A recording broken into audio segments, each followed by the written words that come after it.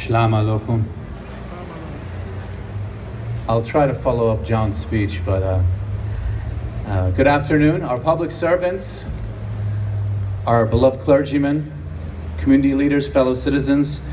It is an honor to be here with you all on this day, on Assyrian Martyrs' Day. Most of my speech will be in English, but some parts will be in our native Assyrian language. In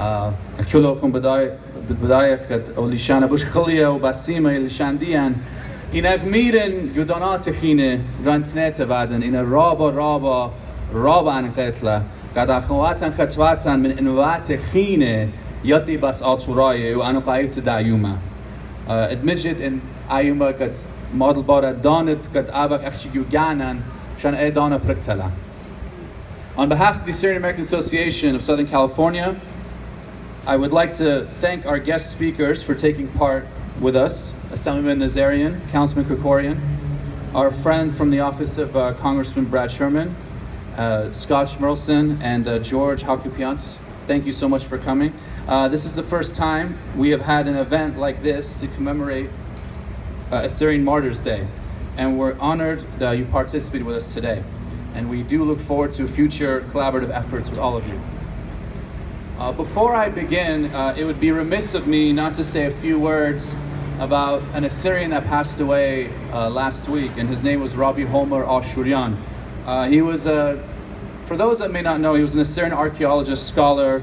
He was a representative of the Assyrian people in the Iranian government in the 1970s, and through his work at the AUA Foundation in Chicago, he helped curate the Ashurbanipal Library and allocated money and scholarship funds for students seeking higher education, and helped in the printing of Assyrian textbooks in the homeland so that our people could learn the language and learn different subjects in our language.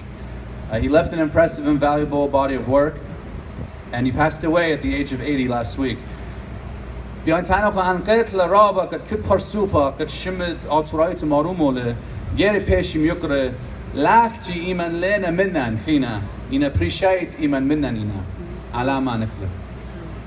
Ladies and gentlemen, we have gathered here again on August 7th to pay tribute to those before us who gave the ultimate sacrifice for their nation.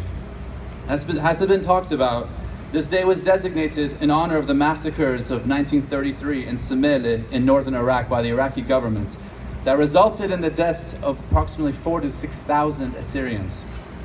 However, the day has come to recognize and honor all Assyrians who have paid that sacrifice.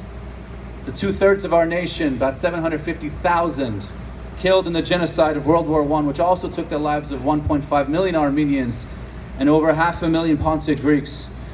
The Assyrian martyrs at the hands of ruthless Baathification in the 1980s, and unfortunately those still today, with those in Iraq and Syria, victimized by the ethnic cleansing committed by a new, yet all too familiar evil. Now typically this day has been observed as a more somber occasion. But as you can see, today went a different direction. Why, you may ask? It's a fair bukara. Why are we doing an event like this? Parking lot